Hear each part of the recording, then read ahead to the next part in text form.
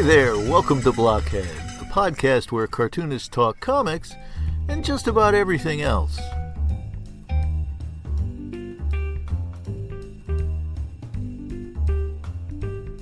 My name is Geoff Grogan. I'm a cartoonist, animator, and illustrator, and for the next hour or so, I'll be your host in a series of conversations with comics creators about their lives, their work, and comics. So sit back and enjoy.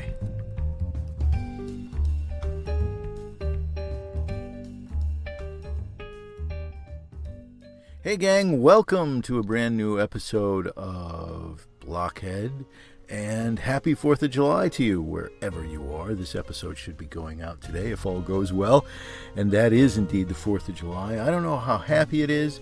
It is a disturbed 4th of July this year. It is a celebration of independence. It's a celebration of the founding of this great nation of ours, problematic as it may be and has been over the years, but still a work in progress. But recent events put that nation to the test, certainly that idea to the test, of a nation founded on democracy and the idea that everyone is equal under the law. And that seems to have been changed dramatically this week by the Supreme Court and its decision regarding Trump versus the United States. And if you've listened to this podcast in the past, you know how I feel about those issues and where I stand politically, and you know what my work is about. So it should be no surprise. This week's guest is someone who is also on the same side of the political spectrum. Jen Sorensen is here, the great topical political cartoonist Jen Sorensen, whose work is, who I just love for a whole variety of reasons. She's fantastic. She's one of my favorite cartoonists to encounter on a regular basis on Instagram or wherever else you might happen to find these kinds of comics. And she's always illuminating, always insightful, always funny. And so I just look forward to every post and every comic. And there aren't enough of them. That's all I can say. But she's great. She's absolutely great. And she's here today. And yes, we do talk politics. This was recorded the day after the absolutely disastrous debate debacle for Joe Biden on Thursday, that one Thursday. And so we were both kind of reeling from that. And also that week's Supreme Court decisions, which we talk about a little bit as well later on in this. So this is basically a conversation between two left-of-center progressive cartoonists about politics, about what was going on the week of the debate, what's going on now. It's a broad discussion about a lot of contemporary issues, and as well as how they fit into Jen's cartooning and how she grapples with those issues and makes funny stuff out of them, because a lot of times it's not funny stuff. I think you'll find it interesting for those of you who are interested in political cartooning of any stripe. I think you'll find this discussion interesting, and that's what it is. It really is a discussion amongst two like-minded individuals. I will warn you, this interview ends abruptly around after we've been talking for an hour and a half or so. We were interrupted by a thunderstorm and a downturn in my laptop's power. So there's a little bit of feedback, and then we're cut off rather abruptly. And we didn't have a chance to get back together again to finish it off more properly. So I apologize for that, but there's lots of good stuff before we get to the end, and we were winding down. Anyway, but just to forewarn you, there's a rather abrupt ending to this interview. Having said that, I still have a Kickstarter running, and it's running until I think about July 16th or 17th. It's at daiquirijones.com. That's DAIQUIRI Jones.com. Last year, in the first issue of Captain Daiquiri Jones and the Space Rockettes, As a response to the overturning of Roe v. Wade, Daiquiri Jones kicked the Supremes over the cliff. This year, she's trying to stop the maniacal cheeseburger from taking over the universe. Help her kick some cheeseburger butt? Go to daiquirijones.com now and join in with the Kickstarter at daiquirijones.com. This is a fun project. It's 20 pages, all on 12 by 15 newsprint, so it's larger than usual comic book size. It's like an old school tabloid newspaper, full color comics on every page, each page like a Sunday newspaper installment. And each page is a distinct entity unto itself, so it makes for a really interesting, fun project. daiquirijones.com today. And with that, why don't we get right to the interview? Jen Sorensen and myself in conversation. I'll see you on the other side. So here we are. Jen Sorensen, welcome to Blockhead. Thank you. Yeah, it's great to have you here. Well, first thing is, I don't know about you, but I'm really depressed. After Thursday, I'm just like, and then not only the debate, but then we have the rulings from the Supreme Court that came the day after. And I don't know how you feel about it. I'm overwhelmed with the spin right now. And one of the things I admire about your comics is how they cut through the bullshit and really illuminate the reality of the situation, and clarify the situation to, make us aware of how we're being spinned. So anyway, I'm just wondering what your take on all of this is the last couple of days. Yeah, well, I'm pretty depressed too. Darn. I've, like you, I've just been spending a lot of time processing everything that has happened. And I think in some ways the Supreme Court ruling is even more disturbing on a deeper level, because I mean you're talking about air pollution, Right. poisons in water and food. And Oh yeah. I mean that's just so extreme that I just don't even know how you fix that going forward. I mean we've really dug a pretty deep hole for ourselves, or they've done it. they've done it, right? Not us. They've done it to us. Yeah, it's astonishing to me. I mean, I think most of the time when I'm thinking back to the Kavanaugh confirmation hearings and whatnot, all of these guys were like respectful of precedent in their confirmation hearings, and then they get there and toss precedent right out the window. Yeah, exactly. And, as I look back at my own body of work, just looking back at my cartoons from the George W. Bush era, when some of these justices were being nominated, I mean, to me, they seemed like extremists at the time, and it seemed very clear that they were extremists. And people just kind of, went along with them. And, as long as they didn't say anything too wacky at the confirmation hearing, they were accepted as respectable. And if you looked at their records and things they had said and done in the past, they were clearly extremist. And so, I can go back and look at some of my comics about Alito at the time. And even Roberts, everyone thought, oh, Roberts, he looks like such a, oh my goodness, you've got it. Yep. I was just actually rereading it, and I was rereading a couple of days ago the comics about Roberts. So go on. I didn't mean to interrupt. I just wanted to mention that, though. Oh no, I'm glad to see you have my book. So Roberts, I mean, he just looks the part, right? He's kind of handsome, and I believe a Democratic senator that I mentioned in my comic years ago said he's a good family man. He just looks like a nice family man. Right. I mean, how could he possibly be that big a radical? I mean, as we have seen, I mean, he gutted the Voting Rights Act, and he has a very extremist view on corporate power and the ability to regulate corporations. Yes. So, I mean, all of these things were pretty apparent back then. And now, I mean, it just feels like, I don't know. I feel like I have been trying to warn everyone I can. Like, no, we cannot let this happen. And now all of those chickens are coming home to roost, so to speak. Yeah, absolutely, absolutely.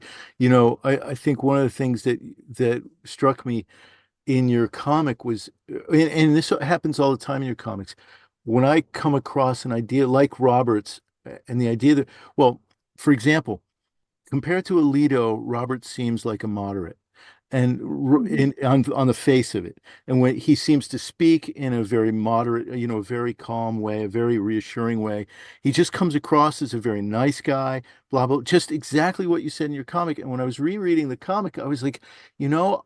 I get suckered into this all the time. The idea that the guy presents himself as being a very reasonable, middle of the road person, when in reality, and you can see it right down the line, how radical he really is. And that's one of the things that I love about your comics is that every time I feel like, oh, I'm just accepting the spin, I read your stuff and all of a sudden I wake up again and I'm like, yeah, okay, I get it. I'm being hypnotized and I've got to step back. And that's, I think, one of the functions that your comics play over and over again for me anyway, is that they reawaken my awareness of how I'm being manipulated. It seems to be a major theme in your work. Well, thank you. What this reminds me of is I've done some comics about simply appearing professional and respectable. Mhm. That seems to be the key to the kingdom. Like it doesn't really matter so much what people say, as long as they just play the part. And Mhm. so much of our news media is focused on optics and whether Mhm. people, they just seem respectable and they're acceptable at cocktail parties. They no matter, it could be completely bonkers. Yeah, yeah, But absolutely. Well, like, but if oh, go I was ahead. like, think of all these people like Ann Coulter or from the past, or Stephen Miller or whatever. They present themselves. They've got suits on or business attire on. They seem to be of the media world. They speak in media speak, so they fit into all of that seemingly reasonable, and they're being given these soapboxes to speak Mhm. on. And when you listen to them, if you turn off the pictures and you listen to them, they're nutsoid. I mean, you know, they're lunatics. I mean, Stephen Miller, oh my God, I can't believe this guy. I can't believe that they give him a forum. But he looks respectable. He looks like he knows what he's talking about, and we buy into it. And they promote that idea. Exactly. And I think you have far right white supremacist activists like the Christopher Rufos of the world who have learned how to do this. They've learned how to dress up in suits, found their own think tanks. Hmm. They've created a mirror world, to Yes. use Naomi Klein's phrase, to the actual world of universities and respectable institutions. And in doing so, they've managed to launder very radical ideas into places like the New York Times, Mhm. Washington Post, places where I feel like it's actually very hard for someone like me to get published. I mean, for all of the talk about, uh, open-mindedness and hearing all perspectives, I'd say a lot of cartoonists like myself have been pretty marginalized from mainstream media. Hmm. Now, fortunately, there are other ways of getting the cartoons published and Right. finding a subscriber base. But uh, it seems like it's almost easier for an extremist or an insurrectionist or an election denier Hmm. um, to attain this level of mainstream respectability than it is for someone like me. you Yeah. know? Yeah. Well, one of the things, and this is something I've thought about too, and that was reaffirmed in going back and reading One Nation, oh my God. Mhm. Going back and rereading it, and some of the things that stood out to me was how we seem to be on the left side of things, center left or far left, wherever you find yourself on this spectrum.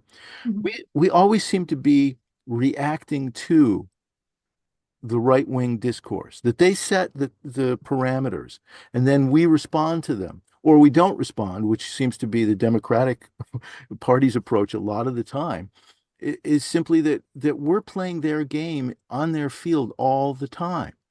And I think you actually did a cartoon on that one day where, there was somebody who's swatting like all of these things that were popping up out of the ground that were right-wing extremist, sensationalist ideas, and you had this character who was like trying to bat them down one after another. Why can't we ever do anything? Well, because we're too busy batting all of these, flies, and that seems to be, the reality is that we're always responding to their uh what do you want, paradigm, as it were. Yeah. Exactly. And you're referencing a very old cartoon of Hmm. mine. Hmm. It was like Republican Whack-A-Mole or something Something. from literally, I think it was 20 years ago. Yeah, yeah. Um, about the right-wing noise machine, or yeah, I think actually that might have been a separate strip, Yeah, it but was yeah. actually. I remember that one too. You did a big Um, machine. and so, and I've been having these exact same thoughts lately about how the Democratic Party is just constantly reacting to right-wing narratives that dominate the Yeah, news cycle and not going on offense. right. And I think this has only gotten worse as the media landscape has gotten worse. I mean, if you want to look at, the history of the last 40 years, Mhm. I think a lot of this changed with the end of equal time laws under Reagan. Then you had Fox News and right-wing Mhm. radio and just injecting this stuff into the discourse for, I mean, decades now. I mean, this stuff's just been pouring into people's Yeah. homes and without, I think, anytime people try to point out that, say, Fox News is actually not an ethical journalistic outlet. I mean, there's a lot of pushback from our own side, so to speak.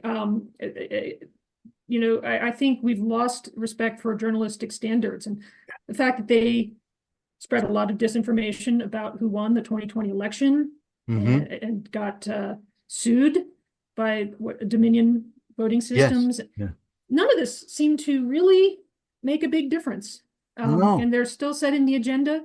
And now you have, there are podcasts that are highly influential. And then, of course, you have Musk's takeover of Twitter, Yeah. which I think is going exactly according to plan. I think uh, it wasn't a financial move on his part, it was an ideological move. Hmm. And it's far from being a disaster. I mean, obviously, I mean, he's ruined the site, but Yeah. he's succeeding on the terms that he wanted to succeed on. Yeah. He's injecting these ideas into the mainstream discourse. Yeah. And because he's Elon Musk, people take it seriously. Whether he's a Mhm. lunatic or a radical, his ideas are abhorrent. It doesn't matter. He's Elon Musk. He's a multi-billionaire. Just received what, a $46 billion payoff or something, right? Yeah, I mean, Oh, I can't how is wrap my mind around that. I still don't know how you can get the board of Tesla voted to give him yeah. yes, I mean, a bigger pay package than I believe than it cost him to buy Twitter, which is astonishing. It is absolutely astonishing, and that's okay. I mean, it's just one of those things that comes through the newspaper now or the, online. We hear it in the news media, and it just goes through in one ear and out the other, and we're just like, well, that's okay. That's okay. It's $46 billion. I mean, that's the budget of a small country, for gosh sakes, It's And like, this is after the Cybertruck disaster. yeah, exactly. I mean, how is that rationalized in this world? And we don't, there's not enough. Like, I remember reading the Times after that, and there was small objection to it or small discussion of it, but then it came and went, and there's no follow through, Mhm. there's no examination of why are we here? Why are we okay with this? The same thing is true with, we're talking about the debate uh the other night, and everybody's talking about, I mean, it's the sky's falling. Biden is old and he had a bad night, whether he was sick or whatever he was. There are a lot of reasons. I mean, all I know is I'm in my 60s, and staying up past 9 o'clock is hard. you know? But what I mean by that is I'm still competent. I just find it, when I get past 9 o'clock, I'm a little tired. And, a guy who's been doing what he must have been doing all day, plus he's got a cold, plus he's probably on some kind of cold medication, and he's standing there and he's flubbing his answers. Well, he's a human being. Now, listen, I understand the fear, but we're all focused on that. Never mind the guy next to him is saying all this bullshit, this insane bullshit all night long, and nobody's thinking, well, he's crazy or he's got dementia or that he's unfit. No, it's a given. And the other thing that drives me nuts is that we're accepting the fact that this person who is a felon, a felon who's also been found guilty of accosting a woman, right? Mhm. Who's lied in his businesses throughout. All of this is okay. It's okay. It's fine that he's standing there and he's the Republican nominee. That we're just accepting of all of this, and it's not. One day I was standing at work and I was in the office and we were talking about this, and I thought this is not normal. You know, this is how do we accept this? And everybody's just like, oh yeah. And then they just go on. I mean, we just go on accepting it. And I just don't know why. Yeah, there's definitely a persistent double standard that's being Hmm. applied here, especially with regard to Trump. I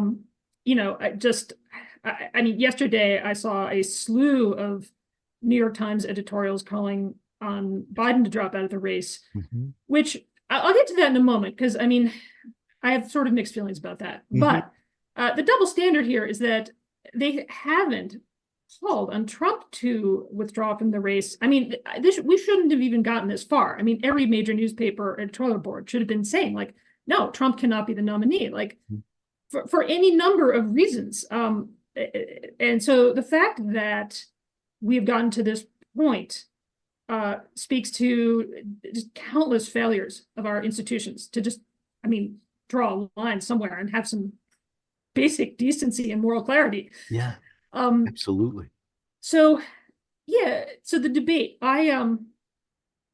my my take on that, like, if you listen to the content of what they said, only if you only looked at the words, it seems to me that it's obvious that Trump was lying. It was just a bunch of crazy talk, Hmm. and Biden was much more grounded in reality. I will say here, I've watched highlight reels. I did not watch the whole debate in real time because Right. I could not stand it. Nor could I. I didn't either. Okay. I didn't either.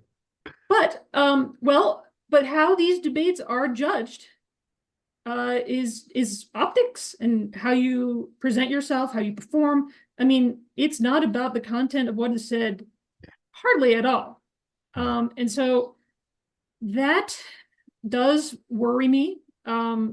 Not so much because I feel that Biden is incompetent or incapable of going on to at least start a second term, but I am very worried about the electability issue. And I think I mean, you have like major world leaders uh, weighing in. Hmm. They're Yes. very afraid, like Yeah. European leaders. Um, and I think another thing that worries me is that this election is so critical that, I mean, you really need someone in there who can communicate the stakes and make the arguments, and, like, I mean, you have to go on the offensive here with the Supreme Yes. Court. And there's like so many things that need to be articulated to the American public that I am worried that Biden, just his speaking skills aren't up to the task. Hmm. And so I am of two minds. I think the reasons that a lot of people are calling for him to step down are not necessarily valid. Like, I think the age issue is not that big a deal for me, but I think the ability to persuade people, Hmm. and the unfortunate reality of how people vote just Yeah. based on ideas about how the person looks and presents themselves is a Absolutely. reality that we have to take into consideration. So I I'm kind of open to the, I don't think that anything's going to happen. I think Biden is going to stay the nominee, but I am open to the possibility of replacing him with someone who might be able to, I mean, it's risky. Yeah. Yeah, yeah, But absolutely. I I'm feel the open to same that way. idea. Yeah, me too. I feel the same way. I think, as you said, optics are really what comes down to, especially for those people who are tuned out, who just, tune Yeah. in like the last week of the campaign and decide who to vote for, almost on a whim. And a Yeah. lot of it has to do with who makes them feel better or who makes them feel more confident. And in that case, Trump is a TV personality, and he knows how to manipulate the camera. He, Yes. he knows how to command the camera in a way, and he did so the other night. No matter what it was he was saying, and Biden, on the other hand, has never been particularly telegenic, and he's got a stutter, which is difficult and to deal with, particularly as the day goes on. If you're a stutterer, it's a very difficult thing to handle after Hmm. a certain number of hours of public speaking. It never goes away. This is one of the things that I have a relative who's a stutterer, and for them, it's very difficult after not stuttering all day to deal with that stutter at the end of the day with family and others, because it's a struggle not to stutter all the time. It never goes. Hmm. And so I can understand, his situation, but it doesn't make it any easier for the American public, right? It doesn't come across. So what you're saying, is really true uh, now, because it's it's you can see the wear on him. The wear of Hmm. the office, you can see the wear, you can see that he gets tired, you can see all of those things. And I think that comes across as problematic to people who are concerned about his age and things like that. So you're right, I think you're absolutely right. The way a lot of folks choose their candidate at the end of the day, those who are tuned out, is based on optics. And right now Biden's optics aren't great, you know. Right. So I'm open to somebody, but like you, I don't think it's going to happen. And whatever happens, I'm voting Biden, or Democrat. I mean, it's I don't see any other option in this case. I think, uh, you know, to in this particular circumstance, to vote independent, I think, is to waste your vote. Is to really, throw the dice in such a way that I think is very problematic. Right. I mean, and I've done a number of cartoons on this subject over the years about how when you are voting for a president, I mean, you're really not just voting for an individual person. Right. I mean, you're voting for an entire social network, Yeah. a whole team of appointees, Right. experts, scientists, Supreme Court nominees. And Yeah. so, I mean, in a way, I just want to take the person out of it. I mean, obviously there's a certain amount of, I guess, decisions that get made at the executive level like that. But the picture is so much bigger than the Yeah. individual. That said, I worry that I don't. This is reminding me just a little bit of the 2004 election when it was Kerry versus Bush. Hmm. I mean, not exactly the same circumstances, but I think, I mean, Bush at that point was such a flagrant idiot that, like, it almost seemed inconceivable that he could win a second term. And we'd been through Iraq, and that was starting to stink. Hmm. And a lot of the Democrats went along with that, did I know. not push back forcefully enough. And I get that they would get hammered, Yeah. especially by right-wing media, for being soft on terrorism, and they had to vote for the war.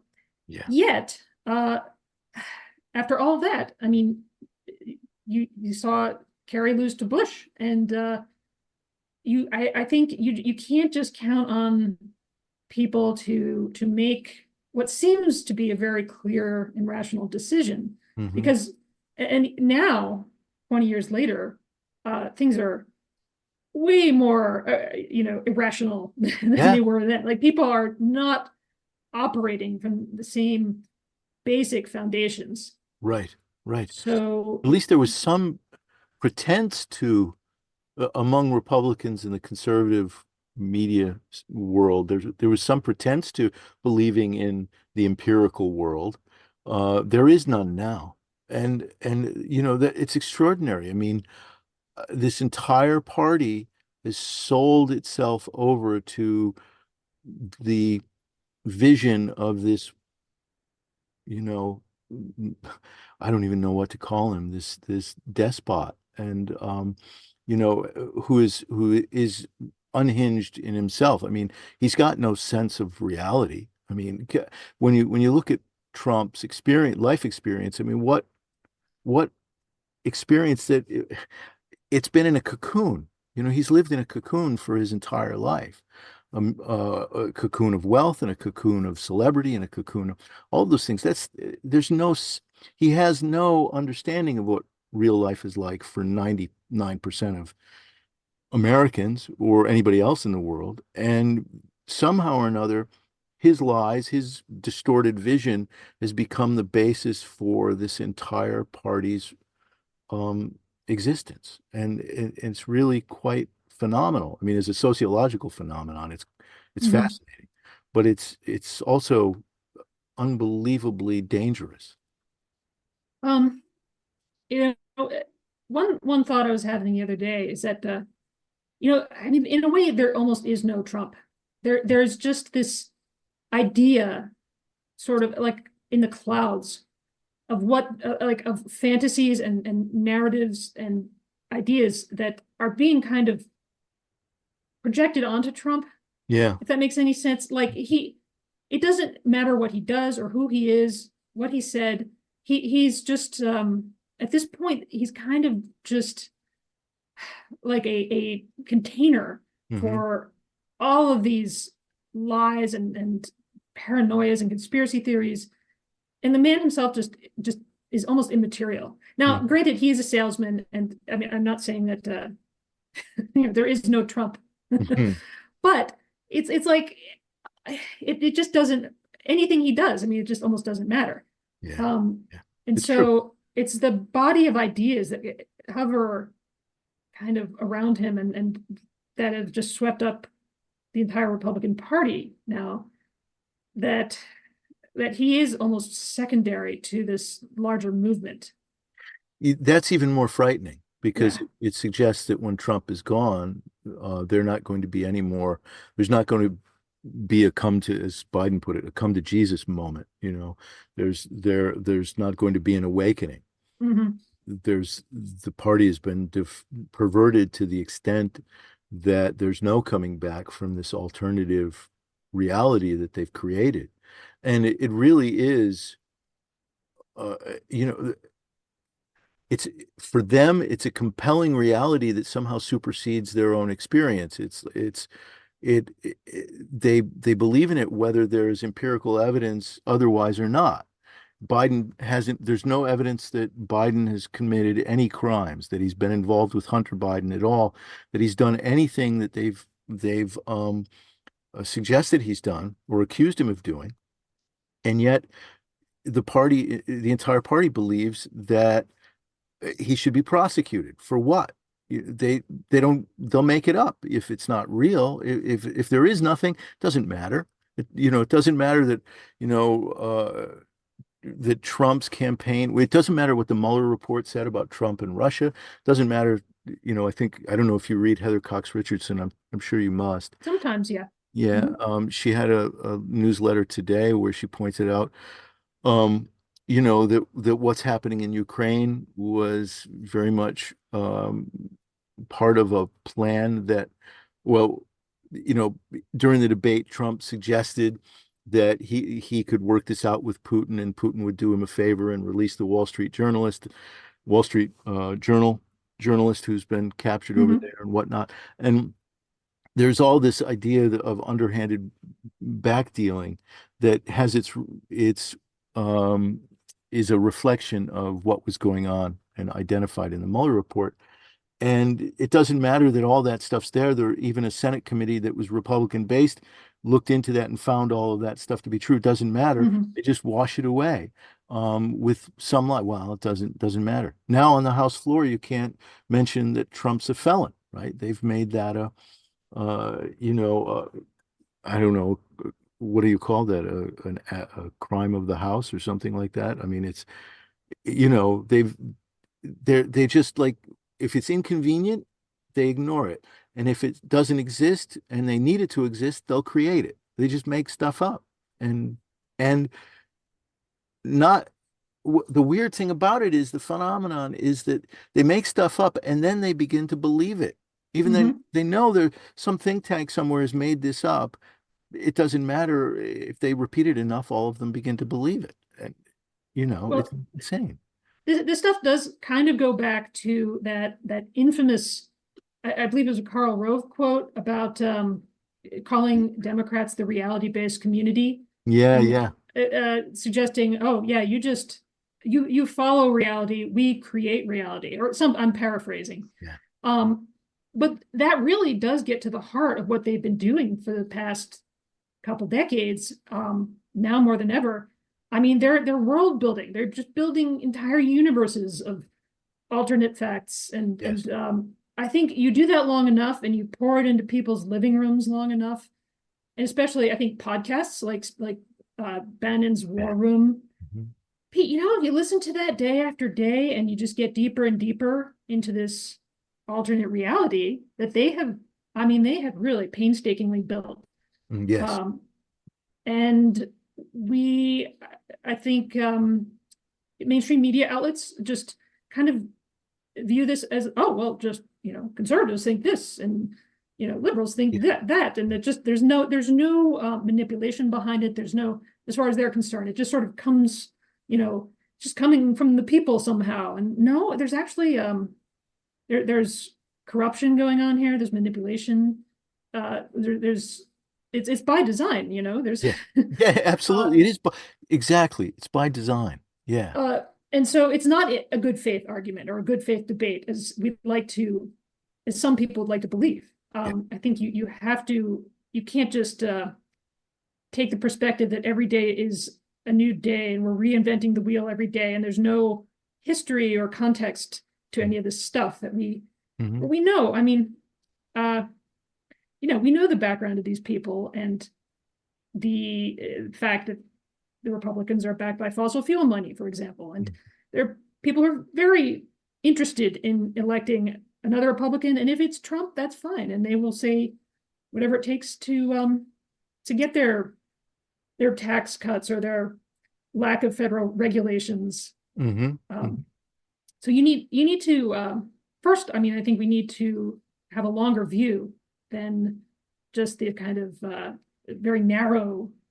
idea that we're this is just some healthy public debate we're having. Yeah. Um, and and secondly, what you said about how these ideas, like people's own personal experiences, can be different from what they're being told, and that doesn't matter. Like they believe the narrative, Mm-hmm. and we saw this with COVID, like people denying they had COVID or denying that they were dying Right. I mean, screaming at doctors as they were dying. Uh, That Unbelievable. It really is. It flies in the face of sanity. But it's true. There was an article in the Times recently about a weatherman who had been he was from Minnesota, and he was a climate scientist as well as a weatherman. And so he'd done a lot of work on climate change. And so he was brought to Iowa to become a weatherman there, because they wanted somebody on at this particular television station to come and bring that knowledge to bear in their discussions of weather. We have to start talking about climate change. Great. So they hired this guy and they brought him on. And he starts his weather reports and he starts to bring in ideas about climate change. And all of this is science-based, right? Well, he starts to get pushback, of course, from the viewers on the station. And the complaints are along the lines of, stop bringing politics into the weather report. I don't want to hear politics. But it's, as he said to his bosses, it's not politics, it's science. But now science has become political in the sense that, well, if you believe in science, if you believe in the data, then you are being political. You're a liberal. And if you believe in the data is false. Science is false. We don't believe in science. We believe in what we think is true. We believe in this mythology that's been created around the idea of climate change. Uh, Never mind, there's no empirical evidence to say that, it's just a natural phenomenon that we go through these cycles. We want to believe that, and so we will. And so our policies will be based on that. And the idea, that wind power, that solar power, that electric cars can start to turn the tide and move us out of this fossil fuel, based economy, and that in so doing we can have an impact on how we change the environment. Uh, that also is false. We just don't want to, it's inconvenient. We don't want to believe it. And so, the what happens and what seems to be happening is, whereas even 20 years ago there was a pushback on that right wing idea that, you heard it over and over again. 99% of the scientists out there believe that, this is what's happening. And that argument was made. Now you don't hear that argument. All you Mhm. hear is that, you know, well, these guys believe in climate change. And, when Trump says he's going to push us back towards fossil fuels, that's okay. It's somehow there's no pushback against that idea on the level that there should be, simply because, look, the science says that that's suicide, but Mhm. we don't push back on it. And it's, I think one of the things, all of this is part and parcel of the world that your cartoons deal with. And one of the things that you talk about in your cartoons a lot, I think it's a major theme, is this idea of the media world versus the real world. This world that's created by the media, is contrary to our experience of real life. And one of the things I appreciate about your cartoons all the time is that you bring that to bear. You make that clear, and make it funny as well, which is the amazing thing. I'll be laughing while I'm, crying at the same time, because the insight is so clear and so well put, but at the same time, the reality of it is so sad. Uh, but I appreciate that. Well, well, thanks. And Yeah. well, it's funny you mentioned the weatherman. I have had an idea that I've been sitting on for a while, uh, uh, about a cartoon. I want to do a cartoon about how meteorologists are being harassed. Hmm. I think there's a period a while ago when that was in the news, and then I've been just sitting on it because it wasn't really. I don't know. I didn't hear any more about it, but yeah, I've been kind of sitting on that very idea for a while. Um, but yeah, I think the thing that really interests me, as far as political cartooning is concerned, is not just drawing caricatures of politicians, but getting at the ideas that led us to this point Hmm. where of crisis, Um, and that's not to say that there's anything wrong with cartoons that satirize political figures, or, I mean, I actually really, I like caricature, and I respect people who can draw great Hmm. caricatures, like, some of my favorite cartoonists. But it's in terms of what interests me, like, I I get kind of bored by that stuff, and I really want to talk about the ideas and the language and the sort of intellectual subterfuge that has led us to this point, because that's where it's all at, Hmm. and it's at the level of the old saying that, what is it, the personal is political. I Yeah, mean, it really is at the level of real life and culture, and I mean, that's where this stuff is happening. sure. Absolutely. I mean, well, the personal is political, and right now, more so than ever in a lot of ways. I mean, ever since Roe v. Wade was overturned, the lives of countless women, right, and their families have been subjected to, I mean, these pernicious laws that are forcing women, to seek health care. And we're talking about basic health care. You know, we're Mhm. not always talking about somebody who needs an abortion. We're talking about some basic health care. And they have to go outside of the state. And there's talk now about what is it, the Comstock Act, and making Mhm. contraception illegal. Uh, we're seeing that happen. I mean, my God, we're talking about the impact on the everyday. I mean, this gets down to the nitty gritty, what's happening. They want to follow women's pregnancies from beginning to end to make sure that, they're following, nobody's trying to get an abortion or nobody's trying to do this, that, or the other thing that falls afoul of their, zealotry, as it were. We're talking about very, very fundamental aspects of human life that want to be monitored. They want to monitor and control. And that's, you know, the ideas that they're putting forward, and I think you point this out, they call it pro-life, but look at what's pro-life about this. When somebody is near death because they're carrying to term a child that is endangering the life of the mother or something of that nature, what's pro-life about that? You know, the euphemisms are, and the Republicans are great at that. I mean, the conservative movement has been great at that, and we've been so ham-fisted at it on the left. Yes, that is definitely one of their euphemisms that I hope we can stop using Yeah. now.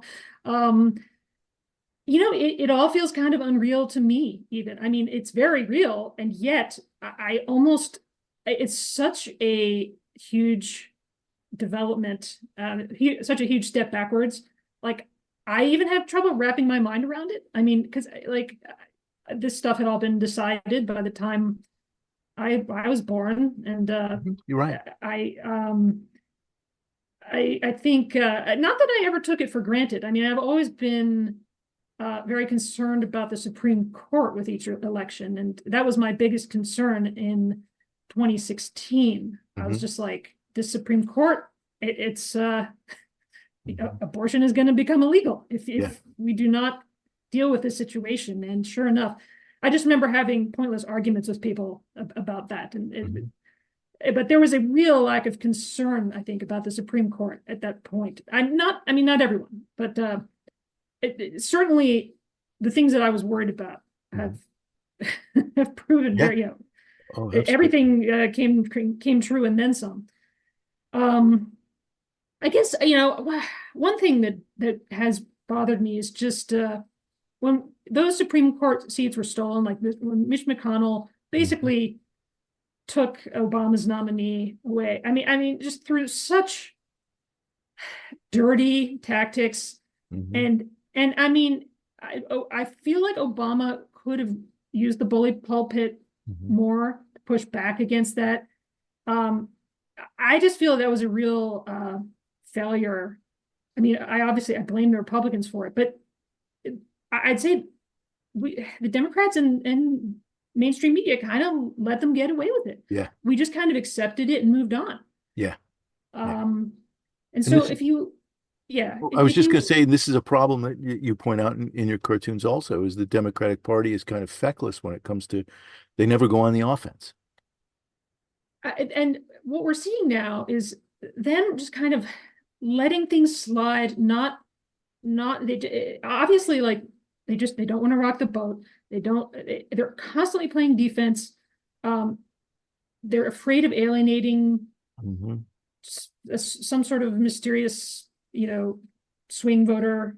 Yeah. Uh, and you do that long enough, and there's no you.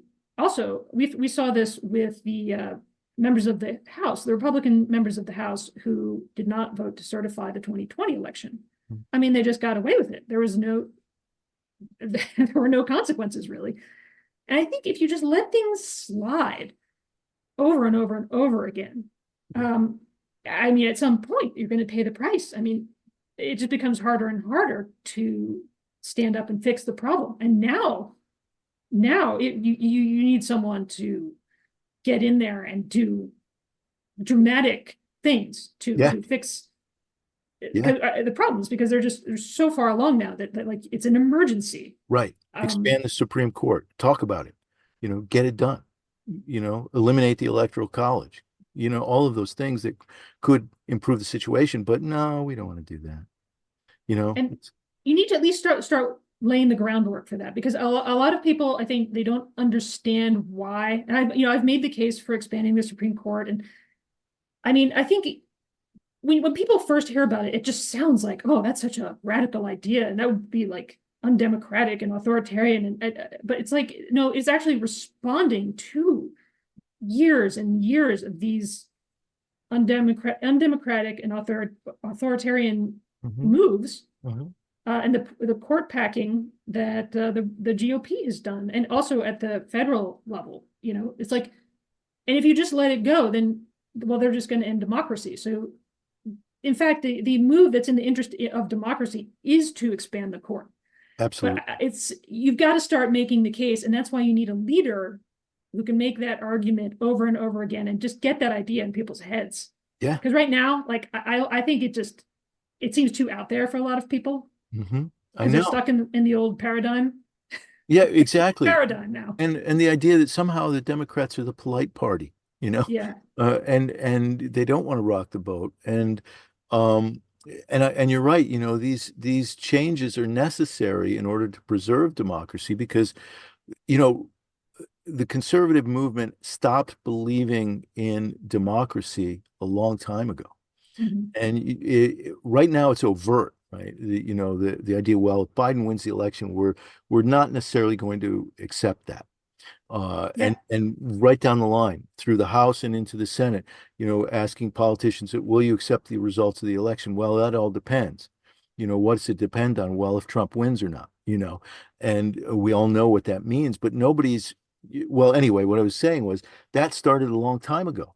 They knew that a long time ago, and they started, gerrymandering districts, voter suppression, all of those things, that they have become quite efficient at doing, in order to quash the idea democracy in general. Well, we're going to purge all these people from the voter rolls just before the election, right? And it happens over and over again. They're very, very good at it, and it's just more overt now.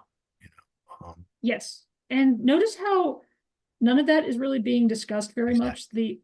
I mean, just a few years ago, they were doing egregious purges of voters. The Roberts Court gutted the Voting Rights Act, all this stuff that now, I mean, we've just accepted it and moved on. In fact, bringing that up now, I think we're in such a reactionary moment.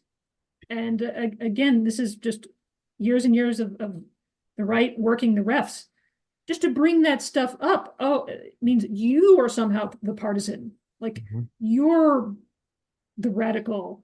Yeah. I mean, I just feel like I don't even like see myself as being a partisan or even particularly, far to, actually the whole right left continuum. I've been trying to like avoid thinking in those terms, because I think that's really not the language we need right now. But that's a good point. But I mean, I just basically, like, my values are human rights, democracy, not causing needless suffering and death through pollution and war, and it's like, it's pretty basic. I don't think these values are very out there. Right, they're radical.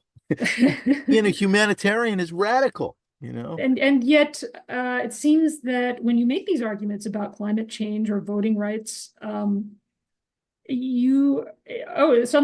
you're the one you're polarizing, you're angry. I mean, it's a trap, and there's kind of a double standard, really. I mean, as we mentioned before, it's being applied to, I think, both Democrats and I would say progressives like myself, who are, I mean, I think if you step outside of the US and you look at everything from the standpoint of a global citizen. Mhm. In fact, it's very healthy, I think, if you just step back from the discourse for Mhm. you can see things much more clearly. Mhm. And I do not think that where I'm coming from is really should be considered far out of the mainstream. Hi, this is Geoff Grogan, creator of Captain Daiquiri Jones and the Space Rockettes #2, Jetpacks, Rockets, and Ray Guns, now at Kickstarter. Daiquiri Jones is a mature, retro sci-fi adventure satire in a big, full-color tabloid newspaper. If you're a fan of 1950s drive-in sci-fi movies and beautiful space heroines, visit the Kickstarter at daiquirijones.com. That's daiquirijones.com. And now back to the show. No, not at all. Nor do I. To me, it's a rational, empathetic point of view. I think I mean, how is it radical to want, um, the best of everything for everyone who's a citizen of the globe? How is it radical to hope that everyone leads a healthy, happy, fulfilled life? That's what one should be hoping, for everyone, that people can love the people that they love, that they can raise their children the way they want to raise their children, the way they can, fulfill themselves intellectually, emotionally, spiritually, however they want to do it, because one of the whole points of being human is the ability to observe this existence, the nature of our existence, and to contemplate it not based on dogma, not based on ideology, but based on our observation and our feeling and our relation to the environment, our relationship to others, or that's one of the very fundamental points of being a human being is, and when we start to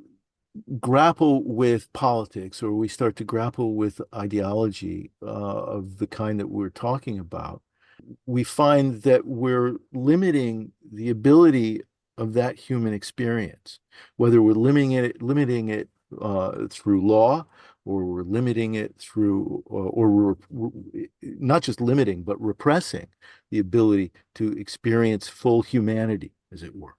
And we do this economically, and we do it legally, and we do it through war, and we do it through deprivation. We do it through, there are all these mechanisms that are um, that are accepted as part and parcel of, contemporary life. We just accept them. But the reality of it is that each of us, each soul, whether one believes in a soul or one believes in any of that stuff, but each individual, has the right to experience life to its fullest, and to contemplate that life, and to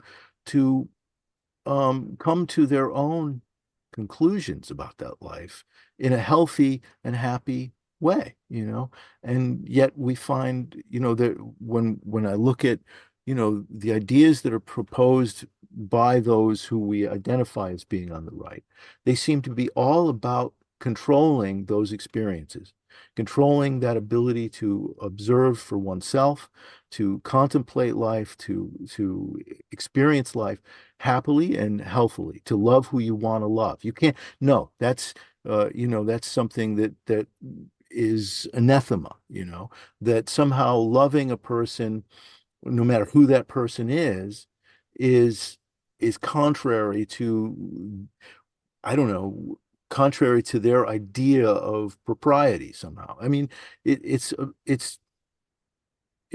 me, it's just it's pernicious. It's just very,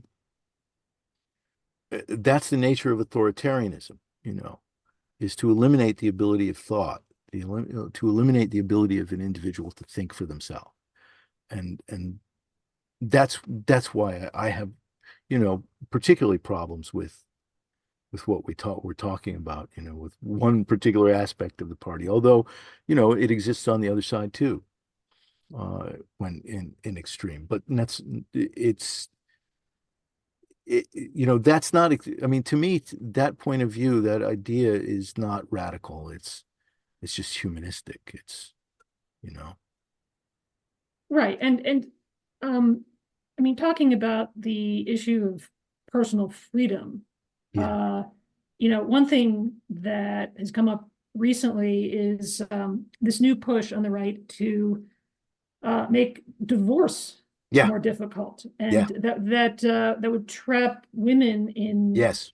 abusive marriages. Mm-hmm. Um, I think, I mean, is, this is just an incredible incursion on people's personal freedoms that, like, I mean, like, I just didn't see this coming, Yeah. Me neither. earlier in my career, like that you could actually make the case that women should be trapped in marriage with a domestic abuser.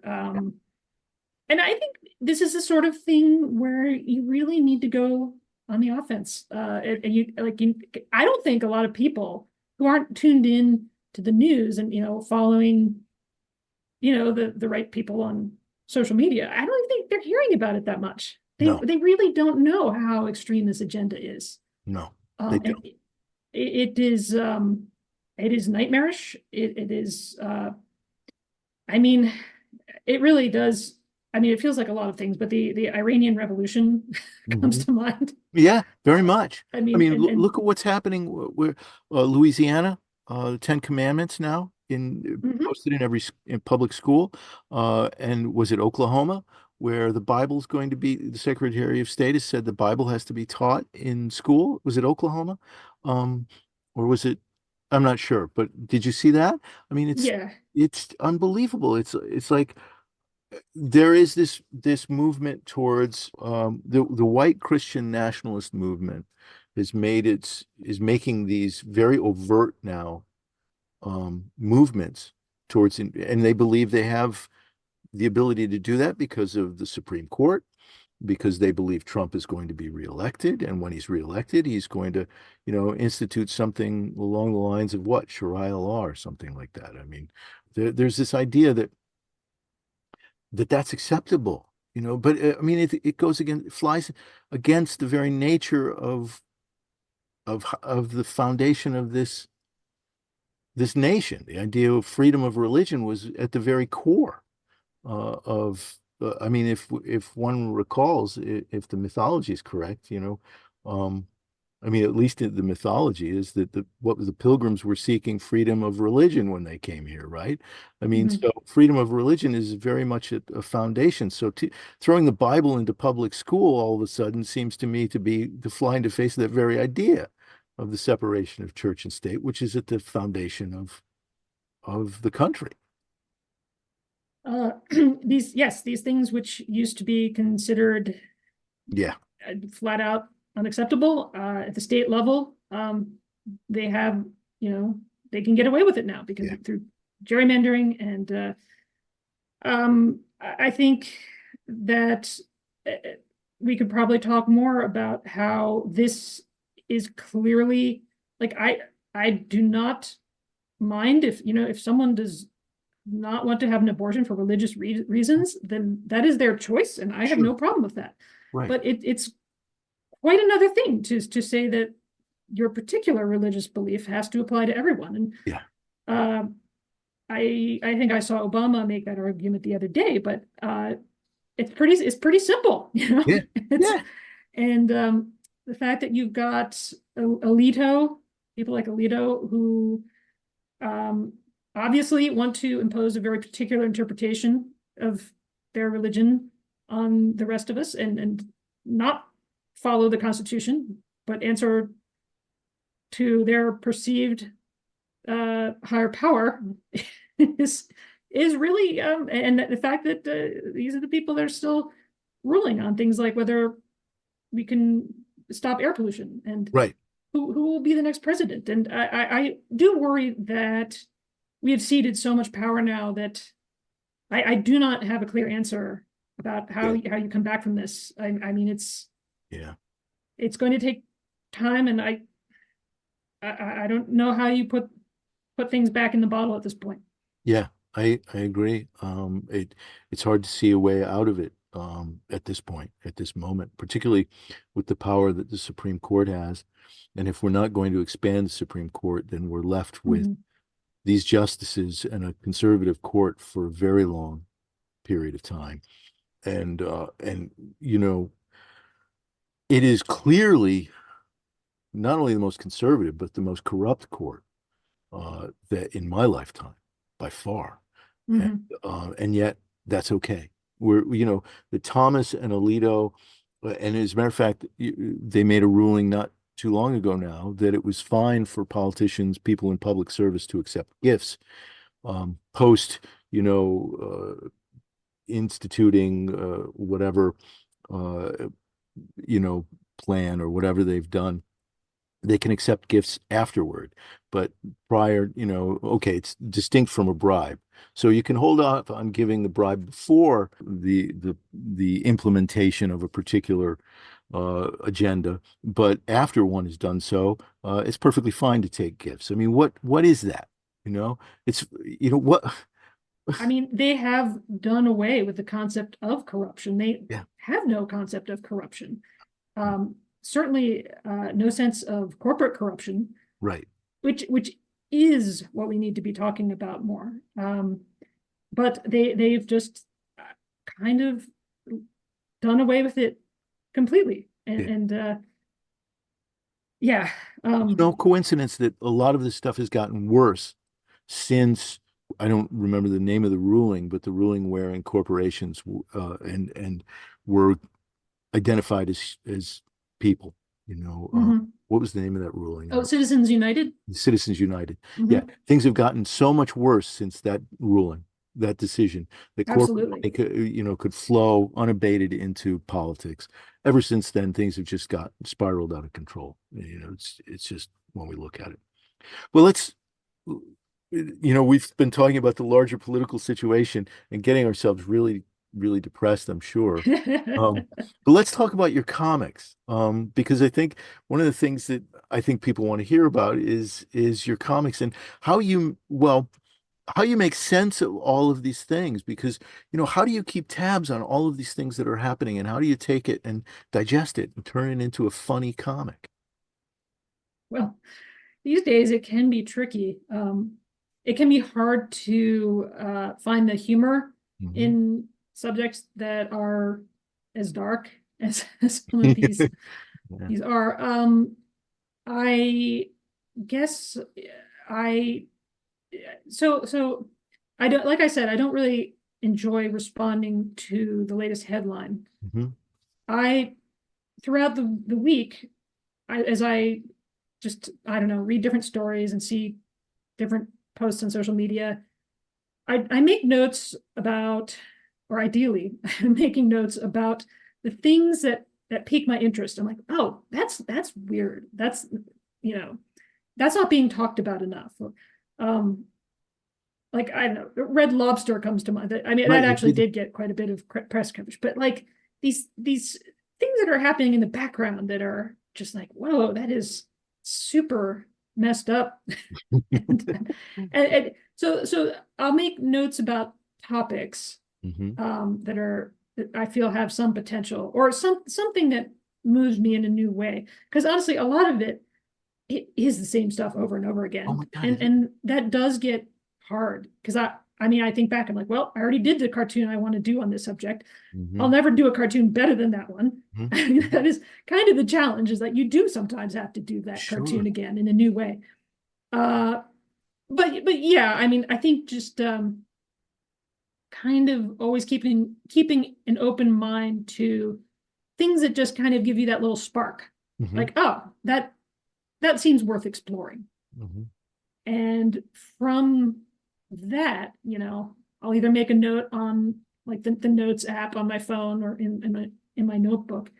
I'll kind of go through and like think about those topics and what I really feel like doing Hmm. that week. Do you like, what kind of news sources do you have? Do you have the television going all the time? Do you have radio? Do you listen to right-wing talk podcasts and radio, or I mean, to get different points of view?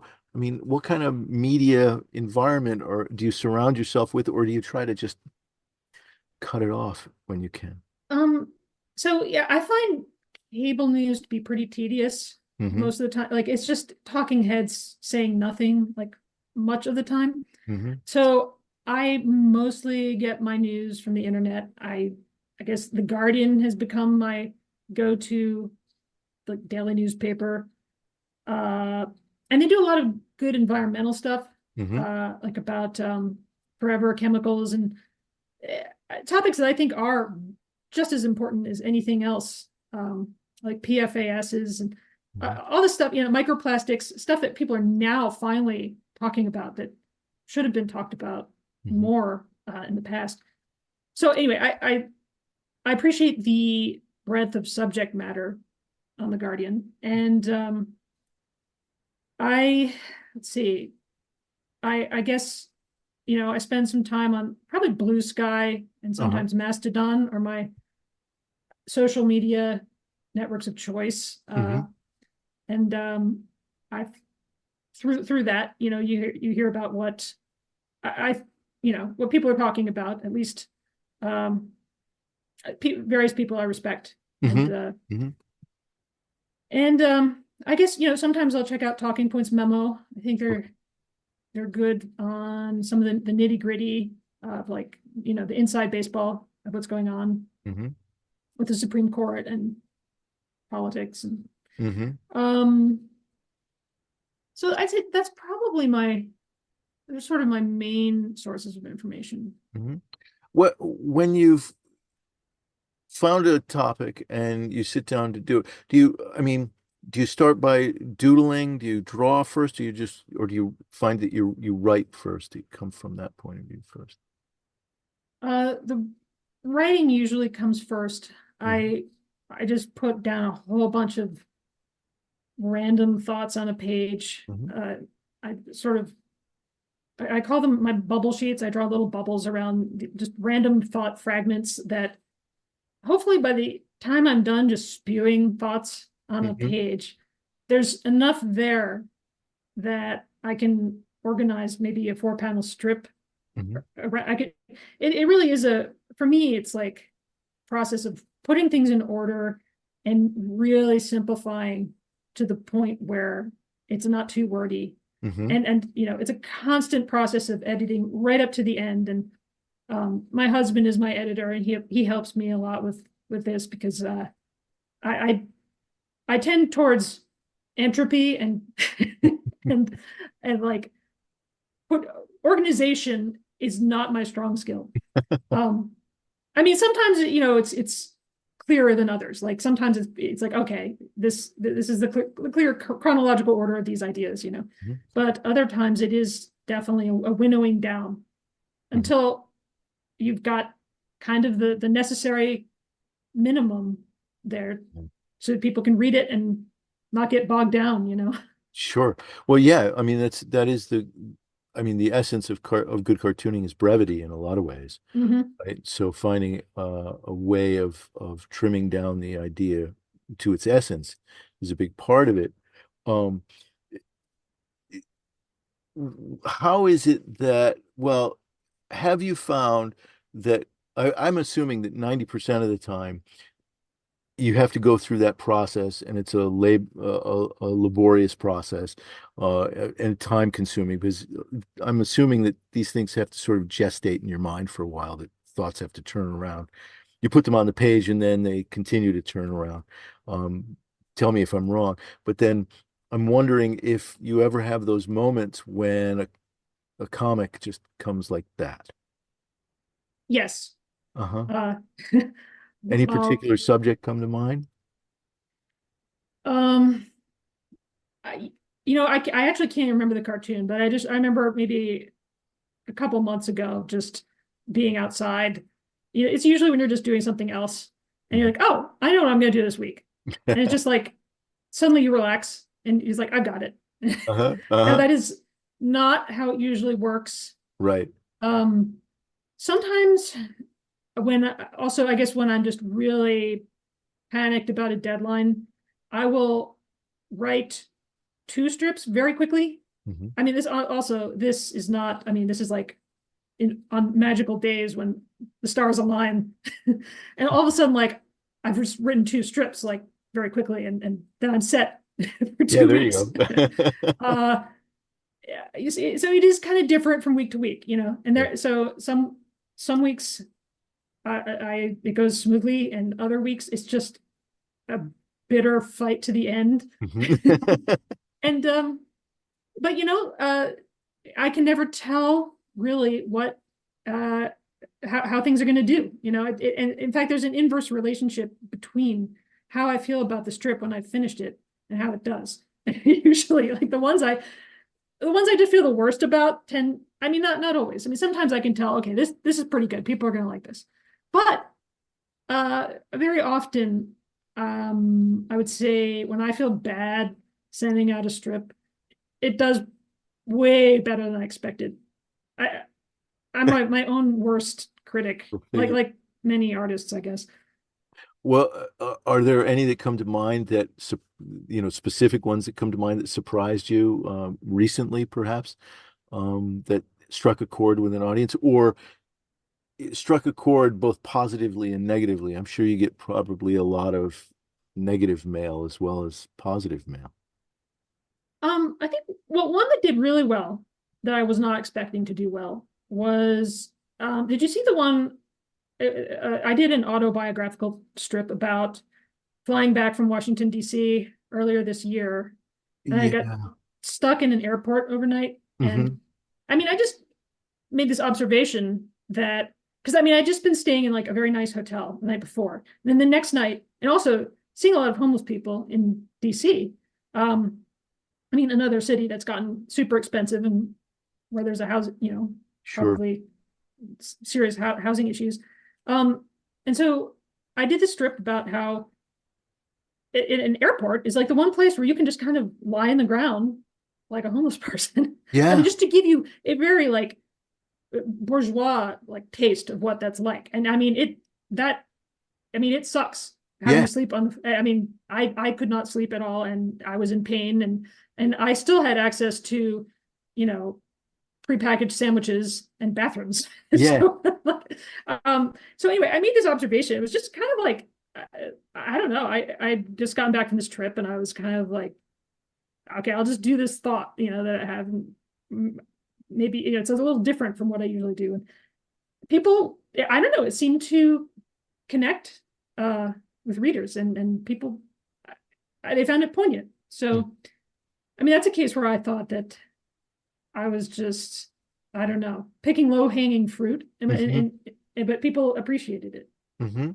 Um, Sometimes I mean, I actually have a terrible memory for my own cartoons, but like I'll just do something that's a little wonky and about some, I don't know, esoteric thought that I have about something that I feel very passionate about, and but people don't get it, like, or it's just maybe it hasn't been in the news enough, and people aren't thinking about it. Hmm. And so those are the ones where I feel like maybe satisfied that I got some thought out there, but maybe people weren't quite ready to receive it, or I Hmm. was. Sometimes I think I've done cartoons in the past that were maybe like 5 years ahead of their time in a way. Like Hmm. it's something that I was like, I think maybe some of the issues around protesting neo-Nazis, Hmm. I think now people can see why you might not want to let Nazis everywhere. Yeah. Like not want to have some standards or Yeah. boundaries, or not that we're saying like you know people are still free to speak without being arrested, but it doesn't mean you have to like let the Nazis go anywhere and Right. speak everywhere Right. without some pushback. So people are more receptive to that now, I think, Hmm. Yeah. than they were like 10 years ago. Right, because the Nazis are walking up and down the street nowadays. So, yeah, no, I think that's a good point. It reminds me of a cartoon you did not too long ago about the campus protests and how uh we're somehow or another the idea that 35,000 people have been killed and countless others are living in unbelievable deprivation um, somehow that's less upsetting to the media environment and the public in general than the idea that there are like, 10 protests happening at 10 different campuses around the country. That somehow there's a panic about that, but not about, all of these people who are in desperate circumstances, which is, I think, something that you've returned to not only in regard to what's happening in Gaza, but also in other circumstances prior to many years before as well. Well, I'm very worried about the right to protest, Yeah. because that has been under attack for quite some time. Hmm. People, going back to even the George W. Bush, I guess it was the 2004 Republican National Convention, where Hmm. I mean, people being kettled, by police, just rounded up for being in the wrong place at the wrong time. I mean, we've seen this over and over again. And I think in the case of campus protest, like obviously, I mean, there's always going to be a few people who say stupid things, things I don't agree with. But Hmm. a lot of those students, I mean, a lot of them are Jewish. Hmm. A lot of them are making the case that a number of international human rights organizations are making. Um, and I think painting all of them with a broad brush, Hmm. and with it's really just intellectual dishonesty, Hmm. Hmm. talking about them as a whole, that was very concerning to me. I think there's still just a lot of demonization of young people and college students that is both morally problematic and unstrategic. Hmm. I think you need to respect a lot of these kids. I mean, they've been to that part of the world. They know what's going on the ground, and I think you need to respect uh, the point of view of young people if Hmm. you want to have any future at all Hmm. for the Democratic Party and for a non-authoritarian government in Yeah. the U.S. Yeah.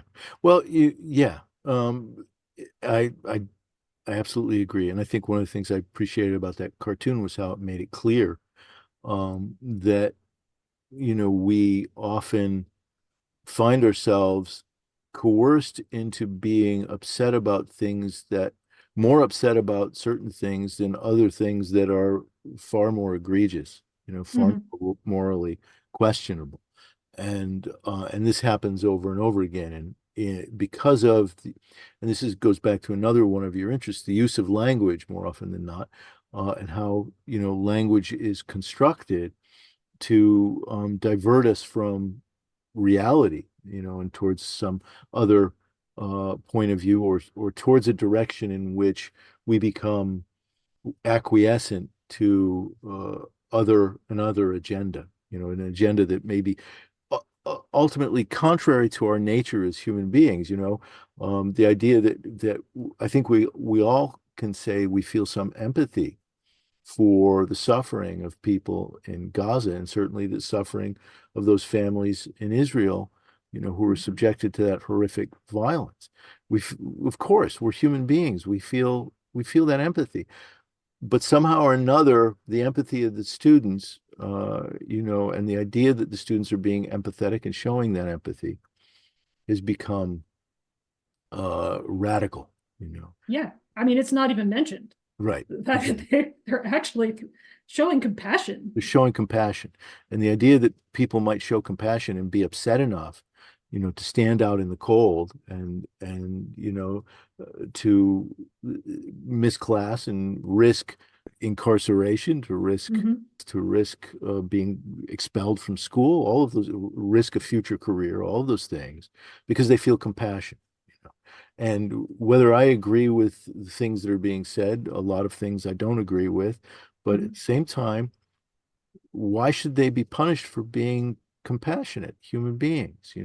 Why can't we simply have a discussion and say, look, here's some things that you may or may not be considering, uh, and then, listen to what they have to say in response. I mean, what is wrong with having the discussion rather than demonizing? And I think one of the things you pointed out in the cartoon is there are a lot worse things than standing out in the cold protesting a military action that you disagree with.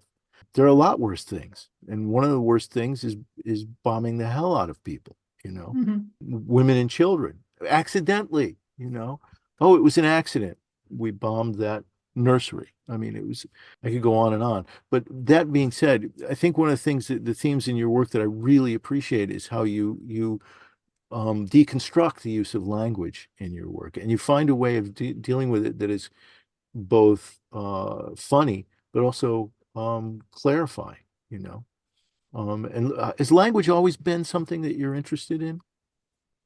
Yeah, I guess since I was in college and I studied cultural anthropology, and I guess I did take a linguistics class, but I think that got me thinking about how words really um, come.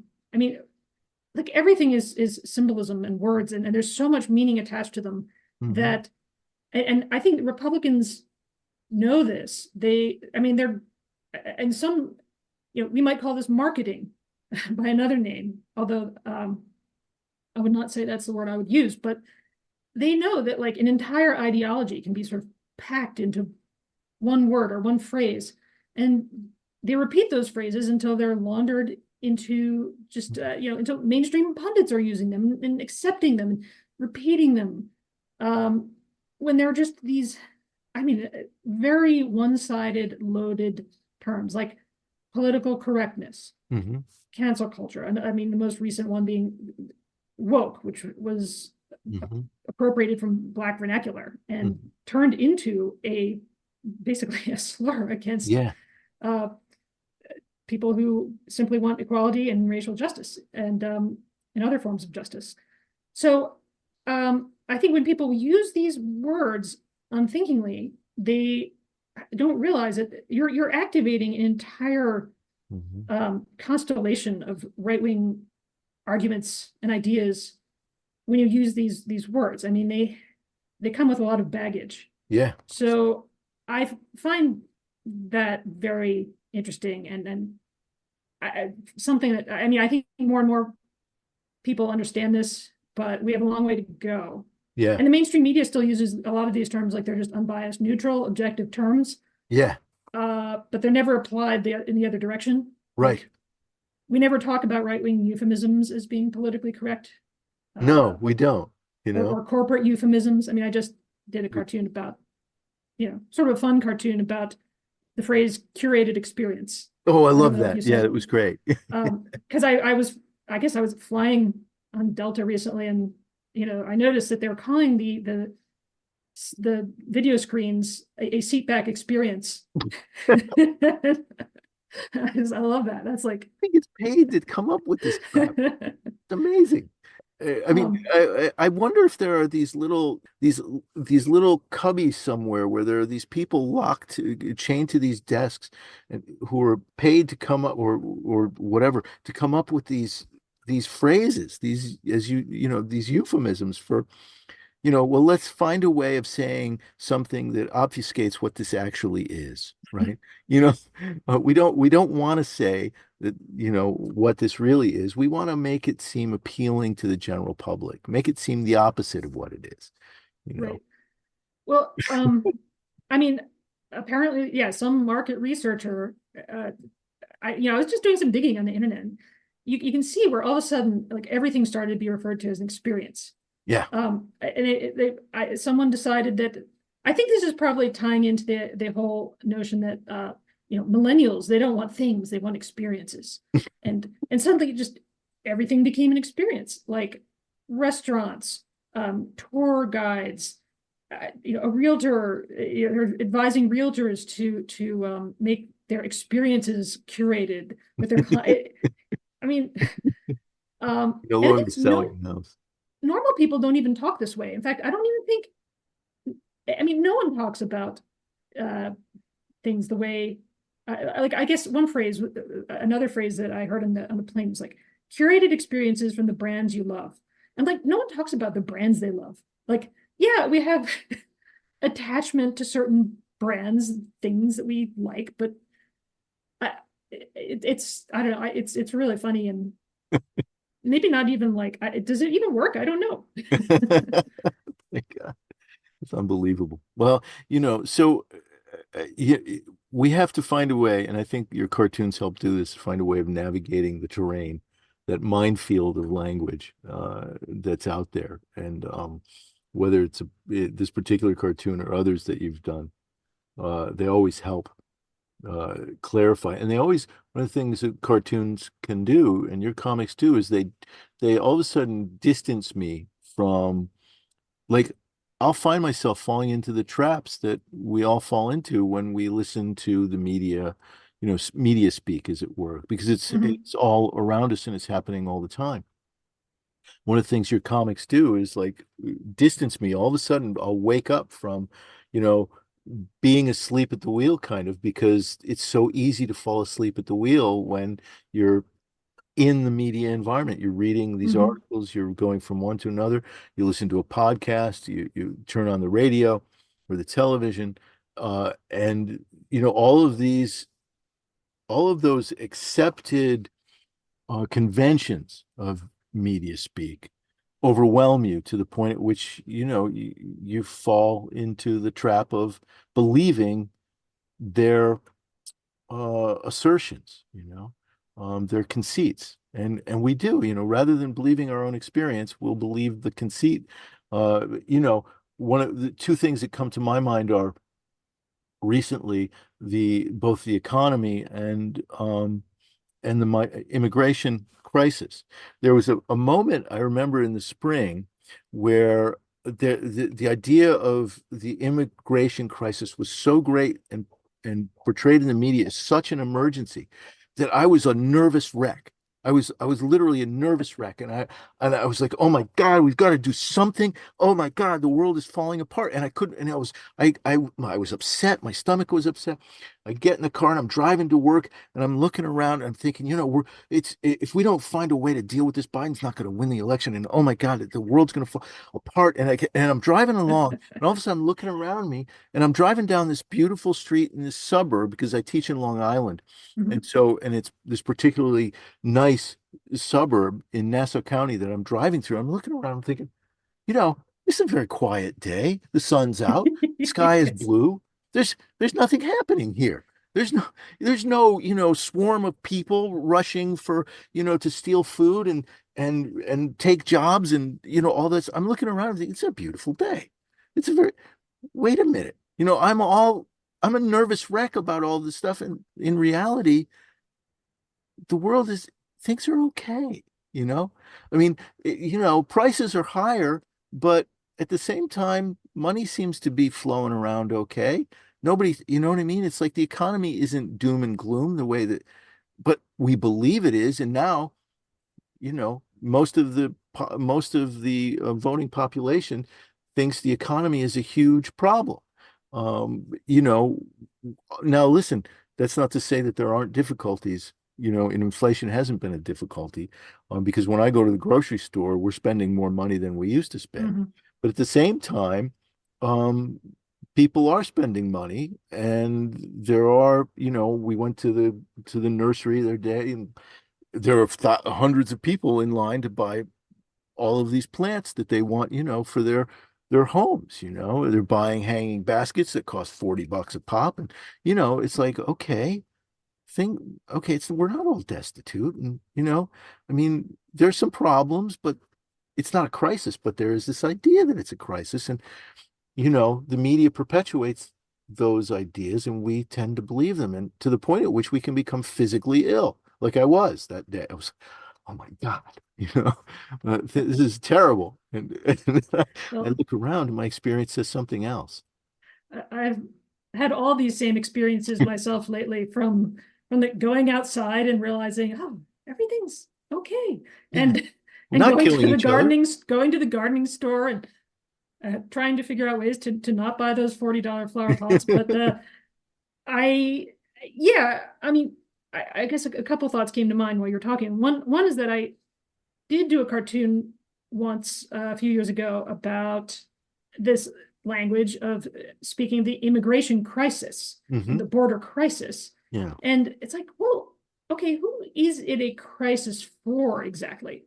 like the people who are stuck at the border, dying, and like they're in a state of crisis. Hmm. Um, but I do not think that for most of us, like this is not something that when I think of like the things that I'm really worried about, like climate change, Hmm. fascism, uh, Hmm.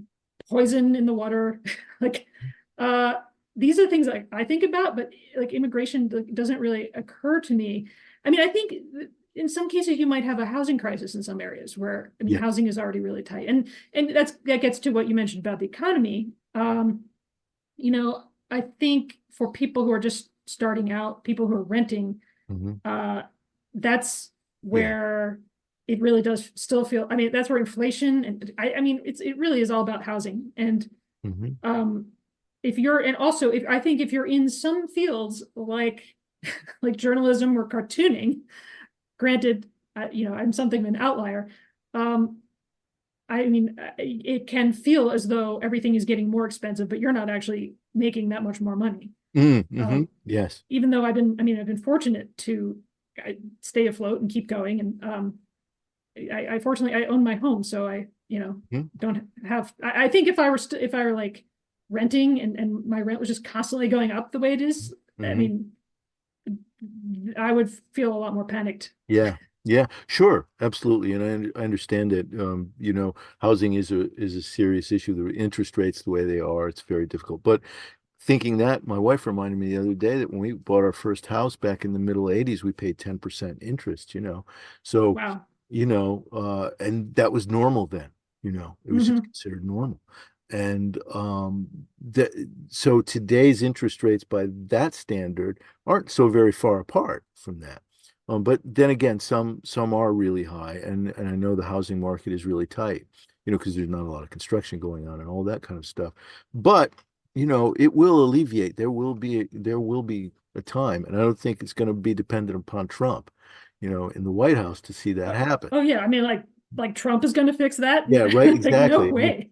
What is it? All of these economists looked at Trump's financial plans for when supposedly comes back into office, and they're all saying this is going to be a disaster. Inflation is going to triple from what it is now. But anyway, I want to get back to your cartooning before Mhm. we have to go. And one of the things that I wanted to ask you is, did you always want to be a political cartoonist? I mean, I'm assuming you were always drawing and you were always making cartoons, but did you want was politics or in a broad, I mean, we simplify it by saying politics because you're really interested in more than that, but was cultural cartooning, as it were, topical Mhm. cartooning, was that something that you were really interested in all the time? I would say no, not at first. Mhm. Uh, so yeah, I mean, cartooning is what I did when I was a kid to amuse myself all the time. Read a lot of Mad Magazine and Hmm. some of those old Carl Barks Hmm.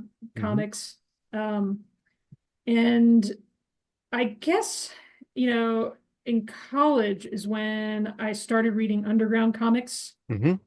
like the Twisted Sisters anthologies Hmm. and R. Crumb and Peter Bagg, who I know you just interviewed. Yeah, I did. Yeah. Uh, Interesting.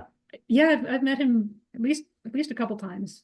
He's Very been nice guy. really Different nice. political perspective, but very nice guy.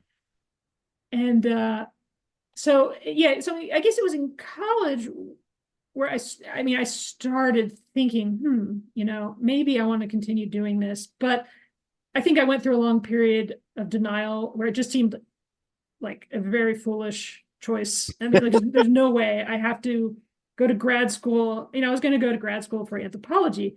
Hmm. And then I guess it was like around my last year of college that I wrote my senior thesis about the Twisted Sisters, Mhm. which is the anthology put together by Eileen Kaminsky Crum Oh, right. and Yes, that's Diane Newman. Had a bunch of underground cartoonists from I guess they were in the 80s, 70s and 80s. A lot right. of all that work that was published in those. And in fact, I've gotten to meet a number of the Twisted Sisters over the years. Like I just met Mary Fleener for the first Oh, time in cool. person last fall, which was really neat. We Oh, had a that's great great. time Yeah, having wonderful. coffee. Um, so anyway, uh, I, so then when I started out after school, I was definitely more into kind of surrealist humor, like, oh yeah, Life in Hell Hmm. was, and Roz Chast. Right. I Oh, think yeah. I got into them at the time, and like, um, and so I started out, and I was very not non-political at first. I started going to Small Press Expo in Hmm. Bethesda Uh-huh. and went every year, started meeting people there. As an Put up, exhibitor or as a, yeah. uh, oh yeah, pretty soon as an exhibitor. I would sit at the alternative comics table. Hmm. If you remember that, they published a bunch of stuff in the Oh, late sure. 90s, yeah, Yep. early 2000s. And I guess the point where I became political, I mean, I'd always kind of had a political side in that uh, I was interested, all the stuff that I studied in college, I minored in women's studies, and, I was certainly interested in, um, feminism and other, and, inequality, and Hmm. obviously grappling with the question of capitalism and how do I make an ethical living. And anyway, but it really was, I think, the election, the 2000 election, and then 9/11, followed by the Iraq War, Hmm. that just pushed a lot of people, a lot of other cartoonists of that period in a more political direction. Hmm. And also, so this was at a time when the alt weeklies were kind of booming, and um, it seemed like that was a place where I could just have a strip, maybe get have a regular audience. And so that's what actually kind of pushed me in the direction that I am now. And when you saw the earlier comics start to resemble, what I'm doing these days. Hmm. Hmm. And so the alt weeklies, uh, which ones are we talking about? Do you, off the top of your head, can you So think? the very first one I appeared in was a kind of a almost an oniony uh, magazine called Punchline in Richmond, Virginia, and Okay. it's been defunct for a long time. But that was the first alt weekly, and it, then the SIVA Weekly in Charlottesville, Virginia, which was my local Hmm. paper, which I'm still published in to this day. Hmm. They picked me up after I had started attending the AAN conventions. That's the Association of Alternative News Weeklies. Hmm. And from there, I kept sending my stuff out maybe a couple times a year, and it was a really slow process. But I would get picked up. I guess the Funny Times was one of my earliest clients, Hmm. um, and then gradually I picked up enough papers, and then I was doing some illustration work at the time that I guess by I don't know, 2006 I was doing it full time. Hmm. I mean, on a very frugal budget, Oh, but I was full time freelancer by around 2006. Yeah. and how many papers do you think were you in at the time? Do you know? Well, at the peak, I think it was probably somewhere around a couple dozen. Hmm. Uh, say probably 20, maybe like 25. And I'm still, I don't even know the exact number because I just don't want to know. But I mean, I'm still in, there's still like a bunch that remain independent, Hmm. locally owned. The Yeah. ones that didn't sell out and become chains, and, so there's still, a number of papers that I'm in these days. Plus, I would say, uh, political magazines like The Nation, Yeah. in these times, once in a while, the Progressive Populist, um, and then Politico, it runs me in their cartoon carousel Hmm. fairly often. So, I mean, there are, and websites like Daily Kos. So, I mean, there's still paying clients, but then there's also, subscribers are really what have made up the difference Hmm. in, I'd say, the last 4 or 5 years. Oh, that's Um, great. The economy really changed when alt weekly started. I mean, the printed alt weekly started going out of business. I mean, that, oh yeah. I I'm, thought I was doomed in 2008, to be honest. I thought after the Great Recession, that was it. yeah, and that's really, I guess that's when it really started to happen, right? Was Yeah. around then. Um, I mean, I lived in New York then, and I mean, obviously the Village Voice was my go-to alt weekly, and Yeah, and I was in there for a few years. That was kind of my dream, actually, getting out of college. I just wanted to be published in the Village Voice. yeah, And sure, and obviously for good reason. I yeah. mean, it had a tradition of great alternative comics, from Pfeiffer on, right? Mhm. Some great stuff in there. You mentioned Roz Chast, and you mentioned Matt Groening, and others as well. Are there any others who stand out as influences to you, who are cartoonists whose work resonates with you now, that inspired you, whether you were young or inspire you now? Oh gosh, it's so hard to narrow it down. So I mean, obviously the other alt weekly cartoonists, like Mm-hmm. Ruben Bowling and Oh, Tom Tomorrow, tomorrow. Yep. uh, Lloyd Dangle, who used to do Trouble Town, and I guess you know the Nib came along. Oh, I was yeah, in the Nib right, for many right, years, yeah. and so all those people were doing great work. I mean, really too many to mention. But and these days, I mean, things do feel a lot more fragmented, Yeah. and so I don't. It's kind of weird. Like you fall into a habit of seeing someone's work every day, and then between like Twitter, Mm-hmm. I mean, Yeah. I don't really check Twitter hardly at all anymore, and um, there are a lot of cartoonists on Blue Sky. I mean, it's I it's pretty good, Oh, but you just cool. see different people. I mean, it's like and with the end of the Nib, then it's like suddenly you're just not seeing the same people every day. You're seeing different people, and on Instagram too. Like I feel like my stuff has done weirdly well on Instagram lately, which I don't even understand because I thought they were shifting away from political content, but Yeah, they seem to try to, but I don't know. In some ways, the shift away from Twitter, putting my emphasis on other social networks, has actually been really good for Mhm. me. I feel like I've been finding a lot of new readers lately, and It's one of those wonderful things about the idea that all of a sudden people will find a way to send their money your way through subscription or whatnot.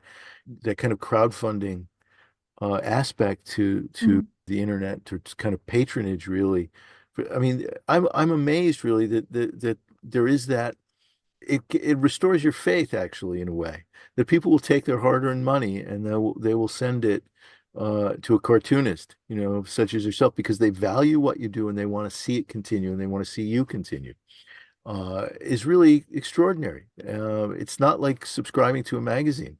It's subscribing to an artist and supporting that artist. And I think that's unlike buying a magazine with a lot of different stuff in it every month. It's really like being altruistic. It really is saying, I'm going to support this person because I believe in what they're doing. And that's pretty cool. it's very humbling. And I, um, I don't know. I almost I wish I had time to even do more. Uh, like I get a lot of email from people, and lately I've had trouble keeping up Hmm. with some subscriber email, and I feel just terrible about it. I mean, I think a lot of people would say I do a pretty good job, and they seem surprised that I replied, but like I feel constantly guilty. um, but yeah, no, people have been really great, and I I've even heard there's just like even heard some like I'm getting a little feedback in my I'm getting a little feedback in my Alas, we did not get to finish those final thoughts there, but maybe someday we'll be able to circle back and get around to those. I'd really love to talk to Jen about this most recent Supreme Court decision. I'm sure she has a lot to say about that, but I'm sure also that it will show up and find its way into her cartoons and make me see something that, as of right now, I'm unaware of or blind to, because her work always illuminates and opens my eyes to a different or a point of view I may not have considered, or it opens me up to how I've been played by the media, which happens all the time and every day. So it's something to be aware of, and she makes me aware of it in her work. You can find Jen's work, if you're looking for it, on social media, of course, and those sites will be listed in the show notes, on her website at jensorensen.com. She has a Patreon. You can subscribe there and support her work on Patreon. Just go to her website and access the Patreon via her website at jensorensen.com. Again, that'll be in the show notes. You may also find her work at the Daily Kos, Politico, The Nation, and elsewhere. So be looking for some good insights, some good laughs from Jen Sorensen. And I thank her again for making the time to be a guest on this show. Before we go, let me remind you one more time about my Kickstarter at daiquirijones.com. It's up for another 2 weeks as of the posting of this show on July 4th. So look for it at daiquirijones.com. It's a fun project, as I described in the opening, and I think you'll find it interesting. I'm looking forward to it. Is happening. We met our goal. Hopefully we'll make a little bit more than that so that I can up the paper quality. It's going to be a great project, so daiquirijones.com. That'll do it for me this time around. I've got another guest lined up for the next couple of weeks. I think we'll be talking maybe within a week or so. So I will be back with the 100th episode, I believe, the 100th episode of this podcast. Or maybe it's happened already. I'll have to look at that. Anyway, it's been 6 years, folks. I've been doing this podcast for 6 years. Hard to believe, isn't it? But there's a wealth of stuff there on the archive. So, and it's free. It's free right now, anyway. So check it out, okay? And if you do want to subscribe, or if you do want to support this podcast in all it does, and help me with my comics buying habit, so that I can keep up with the research into every one of my guests. I always like to be prepared, but that costs money, and my wife gets mad at me. So check out my stuff on Patreon, patreon.com/Geoff Grogan, GeoffGrogan. You can support the show there. And I thank you for those who are doing so already. You are true blue. Well, that'll do it. I will see you soon with another episode of Blockhead. And it may be a celebration, maybe a celebratory episode. Who knows? Anyway, hope you're having a great 4th of July. Hope you got the barbecue going. Whatever it is you do, I hope you're having a wonderful day. I hope if you're listening to this in December, I hope you're having a wonderful day. And I hope all is great in your life. Be happy, be healthy, safe. Take care of your loved ones. Tell them you care about them. And I'll see you next time. Once again, thanks for listening.